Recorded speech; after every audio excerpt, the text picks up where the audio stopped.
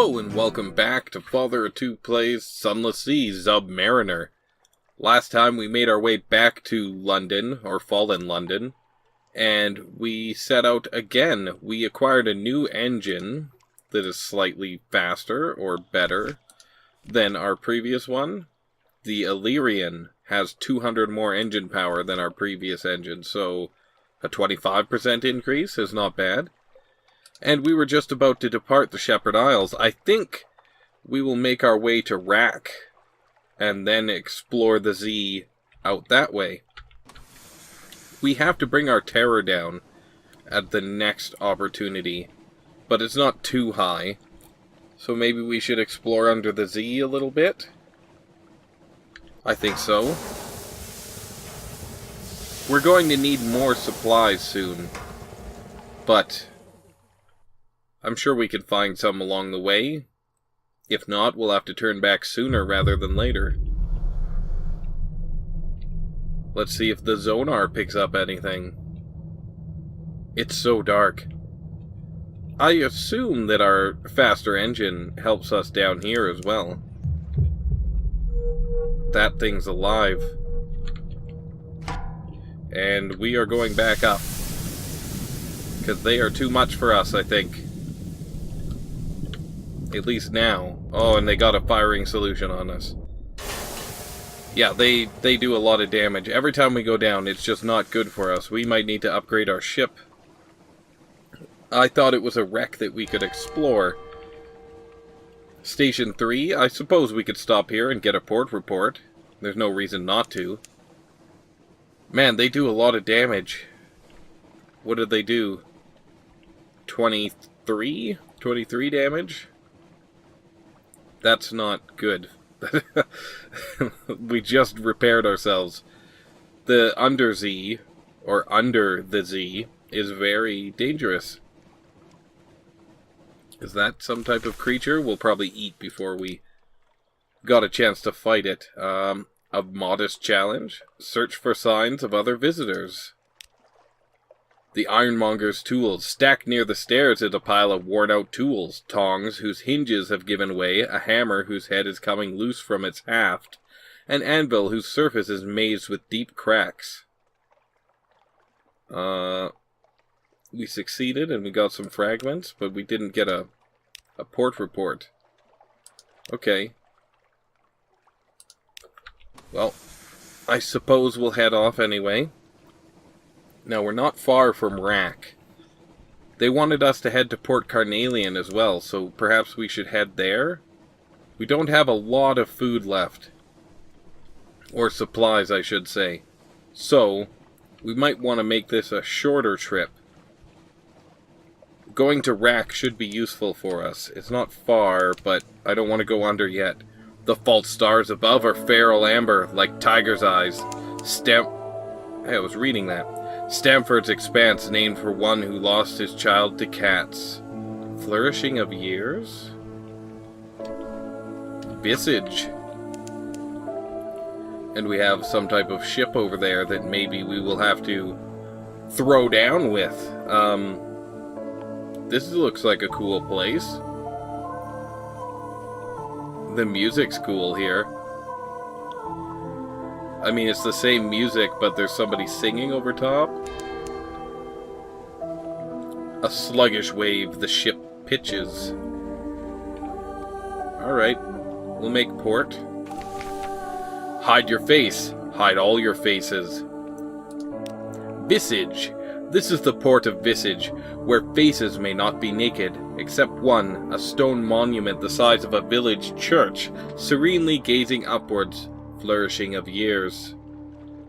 Go ashore, inward and upward. Once you set foot in Visage, you may be here for a little while. First, let's create a port report. You can at least interview those who are leaving. That will have to do. A departing merchant gives you a confused account of crocodiles and honey cakes and something about ear blockage. To this you add your own impressions about the street layout close to port and the types of commerce here. When the lights are especially bright, it is possible to make out the details of the profile of that great stone face. Let's go ashore. Terms. All those who enter must play their parts. The sign is visible only after you've crossed the threshold. Ashore in Visage. On the lower slopes, stone buildings, flat roofs, archways. In the architecture there lingers a memory of lotus and palm frond. The hill above is a face, forever looking up at the ceiling of the Unterzee. No one inhabits its cheek or the hollows of its eyes. Check in at Customs House. One may not wander Visage at will. Okay. A changing room. All visitors must pass, one by one, through a room guarded by a person in the mask of a moon moth. Choice of masks. Masks in an assortment of shapes and colors wait. Ask to go about without any mask. Your own fair face will do for you, thanks very much. Ask the significance of the masks. Maybe there's more to it than a question of aesthetic taste. Let's try asking. Before we decide what we're going to do. Assorted pestilences. Moonmoth explains, each mask declares a different intention toward the denizens of Visage, and must be accompanied by suitable behavior. The frog is for visitors who, though perhaps clumsy and unfamiliar with local etiquette, have come in order to observe local ways and to make uncouth comments about them. The locust is for those who seek profit in Visage and would carry away as many goods as possible. You prompt about the bat. Moonmoth hesitates. Bat is an ill-omened visitor, sent as a messenger or a spy. Bat always dies. I guess we'll go with the frog mask. It looks curious. Moonmoth lifts the mask and places it over your head. The eye holes are larger and they are fitted with spectacles. This improves your view of the these improve your view of the environment, though you must look bulb-eyed from the outside. There's also a mechanism attached to the mouthpiece which magnifies any sound you make, even your breathing. You start to thank Moonmoth and it comes out as a booming croak. May you profit from your visit in knowledge, says Moonmoth. Its wings fold neatly over its back. So now we have the mask. That's pretty cool. So we have to act that part, I think. We read that. Visit the Library of Parts. Visit the Flood Court, or end your performance and leave the island. The Library of Parts, so called because all the books are fragmentary, perhaps. Or visit the Flood Court. The Moonmoth speaks as though you should already know what that is. Let's go to the library. Stoop at the lintel, enter the dark. A room of heavy stone guarded by a golden statuette of a woman with outstretched arms. The scroll niches, sorted to correspond to a variety of masks, the jackal and the lioness, the crocodile and the dung beetle. A woman in the mask of a lotus blossom is standing at the lectern, reading in silence. Moonmoth stands to one side as your escort and tour guide. Ask about the purpose of this room, study the scrolls in a bumbling way. Write notes in the margin. That seems not nice. If your frog glove will hold a pen, that is. We're not going to do that. Steal the most valuable looking scroll for later sale. No, we're going to go with asking about the purpose. Filed under M for masked. Moonmoth explains. People think it means something like Library of Fragments, but this is wrong. The parts in question are like parts in clay.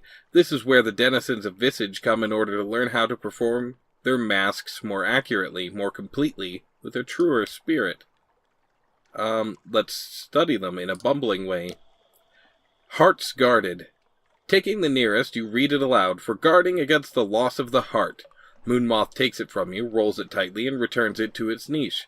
There are as many ways of guarding against the loss of heart as there are different masks, it explains, in the same light and indifferent voice. Okay. Let's go to the Flood Court. High water. The Flood Court is a long stone room with 2 ranks of columns on each side. Currently, the court is ankle deep in water, though the water strains on the stones stains on the stones show that the flood has often reached higher, sometimes up to the height of your waist. In a raised niche at the far end of the room sits a statue of a man with the head of a ram. He holds a jar from which water flows out onto the floor. Flood Court. Moon Moth stands to one side as your escort and tour guide. Ask about the purpose of this room. Show oafish enthusiasm for this wonderful indoor pool. Try to steal the statue's jug. Spy on the other occupants. Tastelessly compare this room to other bodies of water. Let's do the top one first. Or this one, sorry. Croak! You exclaim. Frogs like pools, right? You exclaim at how much you admire this room and its excellent pool. Your words are, as always, amplified into a croak. Other masks turn towards you, crocodile, lotus, blossom, crescent moon, but no one speaks. You have garnered a suitable degree of disdain. Moon Moth quietly applauds your performance of froghood. Expertise in parts, too. Let's visit the Flood Court again. And let's tastelessly compare this room to other bodies of water. Have you seen the Cumaean Canal? Moon Moth watches inscrutably while you talk about other bodies of water that have impressed you more than this one. Deeper, clearer, colder, more densely populated with fish. Other denizens move away from you and towards one another. Your social function is well performed. We're aware of the roles. Okay. Trade masks with Moon Moth? Okay. It has been making subtle overtures for some time. You only now understand them. It is keen to go. It draws you aside into a closet in the custom house. Had enough of visage? It tells you frankly. Here, you take my mask and pretend to be me, and I'll trade in visitor mask and get in some departing. Oh, he's had... not a question. Had enough of visage. I'll trade in my visitor mask and get on some departing ship. Get my life back. Its face, no, now you see. Her face is aging but unlined. A lifetime of never needing to use facial expression. A facial expression. Okay. We're aware of the moth roll. Visit the house. Visit the house of the chief geometer. Visit the temple of Apis. Visit the side of the face. Okay, let's do the top one. It is understood to be an honor. Lines in the wet ground. Each morning the man in the cobra mask draws lines in the mud, flat with a pointed steel rod. This apportions to each inhabitant a small trapezoidal area from which to harvest mushrooms and to scrape salt. No plot is ever preserved from one day to the next. This man is the chief geometer, the keeper of directions, the master of land measures and sea measures. Okay. Now, Geometer's house. Now you've been invited to his home, at the time customarily appointed for him to receive those who were not his equal in rank, yet not so far behind him as to deserve to be ignored. What ceremonial gift will you bring? Bring a string of rats? Bring a necklace of lapis beads. Bring a poem concerning snakes copied on a new scroll. Bring a comb made of bone. Bring nothing. It is impertinent for one of lesser rank to presume to show charity to a superior.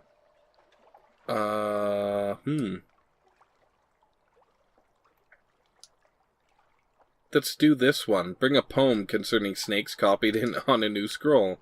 Mixed results. He appears to be pleased by this gift, but it takes him aback as well. Several times he remarks that this sort of merchandise is something he would expect to be brought to the island by a bat. It requires a great deal of chittering and wing-folding to persuade him of your moth nature. So we gained more awareness. Should we try him again? Let's bring 2 honey cakes. Bring nothing. Let's bring 2 honey cakes.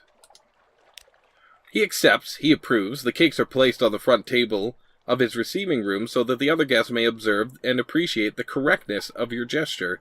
You are permitted to stand to one side and to watch the others arrive, but there is no one whose gift supplants yours in the place of honor.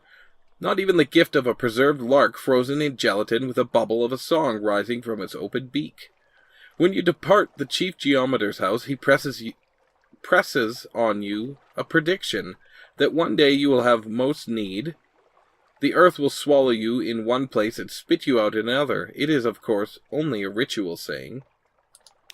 Okay, so we have more knowledge of the moth's place. I don't think we need to do anything else then. No. Don't go... Well, we'll do that again, I guess. Ware of higher rolls. Enter the hollow of the ear. It is a place of still greater pageantry. This is a journey of several steps and may conclude your current visit. A proud nose. It is a festival day. The great stone face has been illuminated from forehead to chin with blazing torches, so that the profile is visible from the side more clearly than you have ever seen it. Flourishing of years is awake, says the genderless figure in the crocodile mask. Festival of flourishing. All the denizens of Visage are walking towards the ear together. This is a place in the procession which belongs by right to the wearer of your mask. Oh, there is a place. Fall in line with the others. Fall in line with the others, secretly bringing a flare with you. Strip off your mask and prepare to depart. Let's fall in line. How else will you discover what lies within? Among your own. You go as though you were truly one of them. You carry nothing with you but your mask and your costume. May your heart be as light as a feather, says the woman in the lotus blossom mask as you fall into line behind her. Inside the hollow of the ear.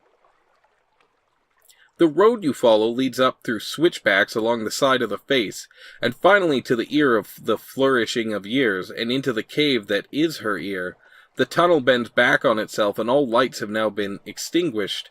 There's nothing to guide you but the hand of a person behind you on your back, and the movement of the person in front of you. The one who walks beside you wears a bat mask.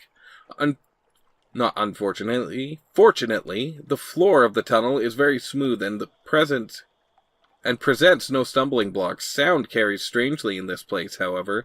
Sometimes you cannot hear your own footsteps, and sometimes a breach comes back to you audible from some place ahead in line.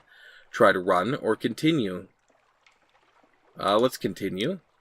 There is a secret in the dark. In line, the footsteps of the people are steady and synchronized, and you go together. For how many years has this been done, and for how many will it be done in the future? Watch your step, says the bat mask to you in an undervoice. Its accent is the accent of Woolstack docks. Floor is about to get squishier, and sure enough, it does. Empty-handed and brave, deep within, at last the tunnel opens. You and all the other congregants spread out in cavernous space. The voice speaks in the darkness, a ritual preparation. Here at the new year, we gather under the one mask of the flourishing of years. Her face is turned to the gods. Protected by her mask, we remove our own. Protected by her script, we may speak outside our parts. Here and there is the sound of people fumbling with ties and strings. Your own face feels different with the mask off. Wait, listen, tell one of your secrets, fight the urge to giggle, and receive the confidence of a stranger as holy. Let's wait and listen. There are things to learn, perhaps to your advantage, not much for blackmail. You move stealthily through the dark, hearing one knot of conversation, and then another. The secrets exchanged do not offer much leverage. You can't see the owners of the secrets. Here and there you catch the smallest fragments of something that might serve you on a future occasion. The memory of a voyage east, a half-rumor about the Carnelian coast, a muttering about the Admiralty. So we got 100 fragments. The hour of confidence is drawing to its end. If there is anything else you need to do, now is the time. Do nothing. Let the ceremony end according to its proper rites. Last bell. At the end of the hour, there comes a woman with a feather of shimmering silver, which she tucks into your hand, symbol of the innocent heart that will not be eaten by the jackal. Then a bell rings and the time of speech is over. You all begin to put your masks back on. It is possible, you cannot know for sure, that in this cover someone exchanged a mask with someone else. It's an orderly and perfect line that emerges again from the ear of the flourishing of years. If anyone watches from above, they must surely be satisfied. So we got a secret, a captivating treasure. If you have made an ironclad will, you can convert these into heirlooms for your successor. Huh. And we are the respecter of the sacred mysteries. End your performance and leave the island. You can't stay in character forever. Calmer. When the other citizens are distracted, you find your way to the familiar customs house and rid yourself of mask and robe. There is satisfaction in laying aside a role well performed. Oh, we lost 10 terror. That's just excellent. Shops? No shops. We'll turn our light off so we don't necessarily have to fight that guy. Wrack's to our north, so let's head that way. Well, that was interesting. And another location that we have a port report for. Port reports are very important. Now, Wrack is just up here. So when I think I'm close, I will transform and go under. But that's obviously very dangerous. We have entered a fog bank. Our gunners struggle to see our foe. We're not really in the fog bank anymore, but that's my bad. We can turn our light back on. Let's transform. I think we're pretty close here. And if I run into another ship, I may go to the surface sooner. I might understand what's going on and react accordingly. Well, we're at Wrack. Welcome to Wrack. Cool, we did something for them, too. And we have something awaiting us in port. Let's see what goes on in Wrack.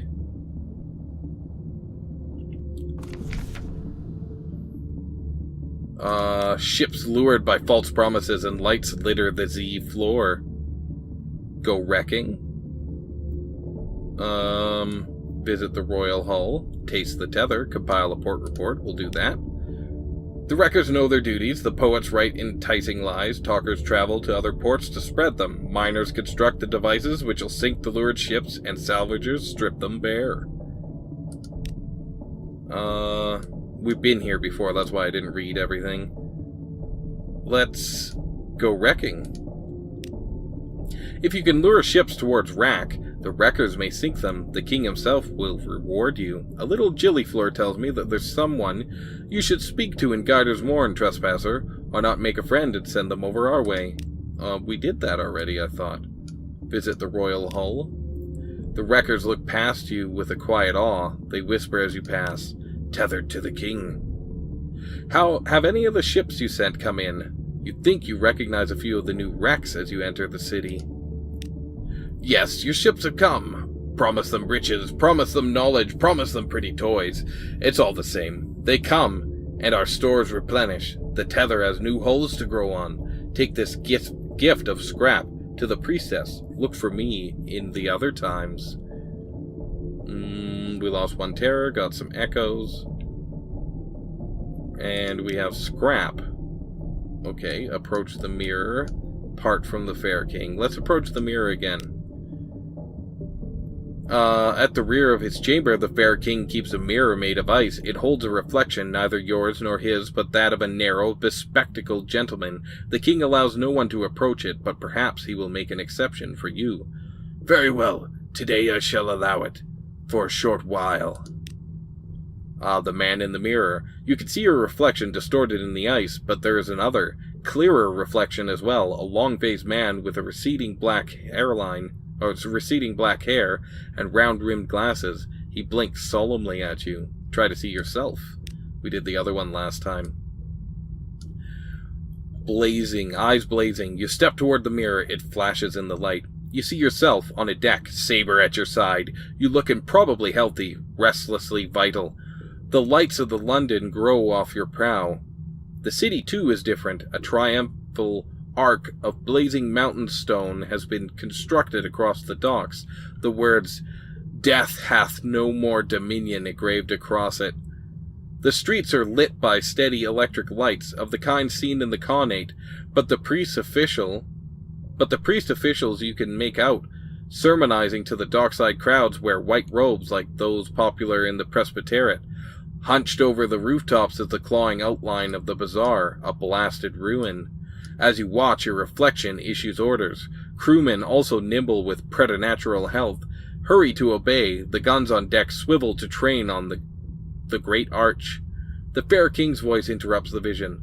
"I am never sure of what it is we are seeing. The gentleman's hopes, his fears. He certainly seems to have an ambitious imagination." So we got some fragments. And we will part with the fair king.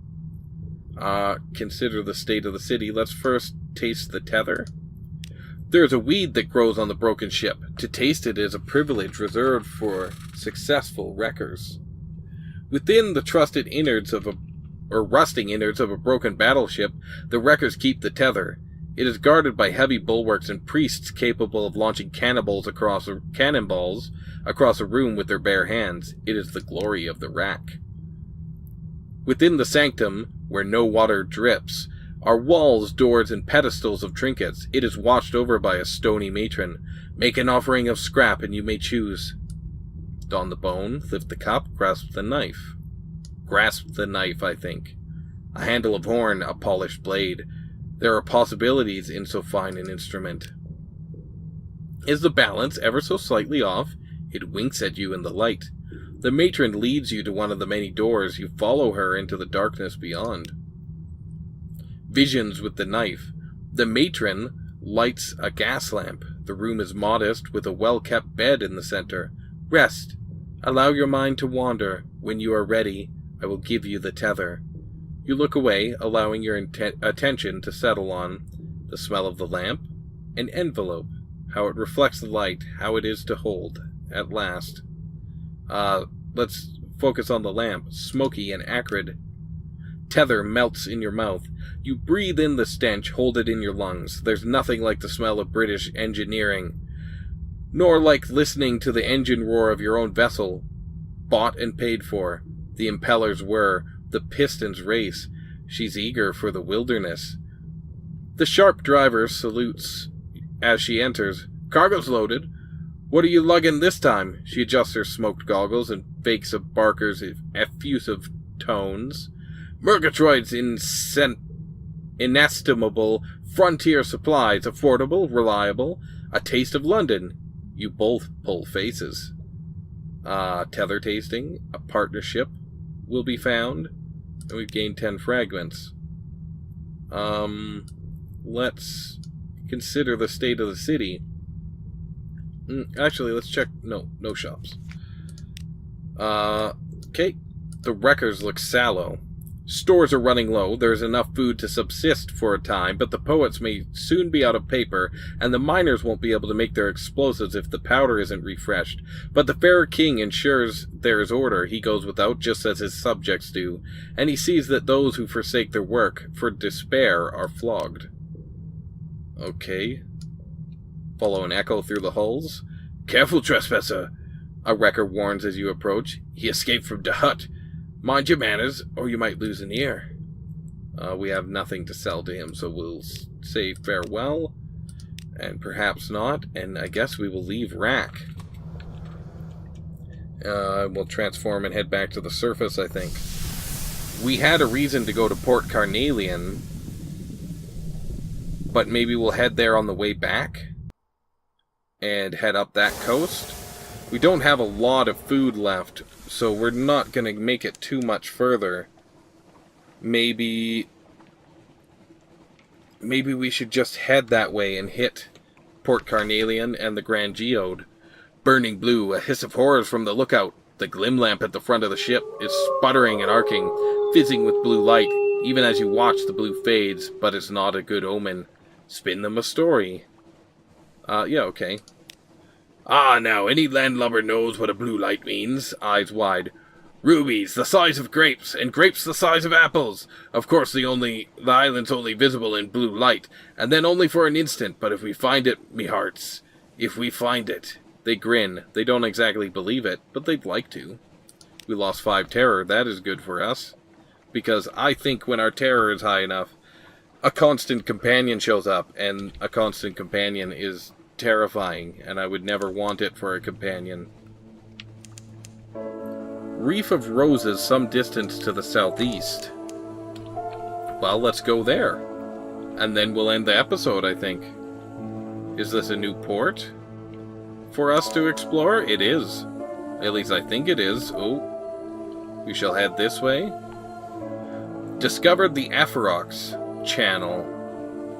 So is this something we could dive down and see? It's not a port. Or it isn't yet. Maybe around this side? No. Interesting. I want to dive down, but part of me is afraid. But it looks like there's a port to be had here. So, let's check our map again. Yeah, it looks like we could make port, and there's no port there, so I'm going to have to assume that if we go down, it will be right there. The Afarox channel. Let's transform when we can here. Seek deeper waters. We gotta be... Come on. There we go.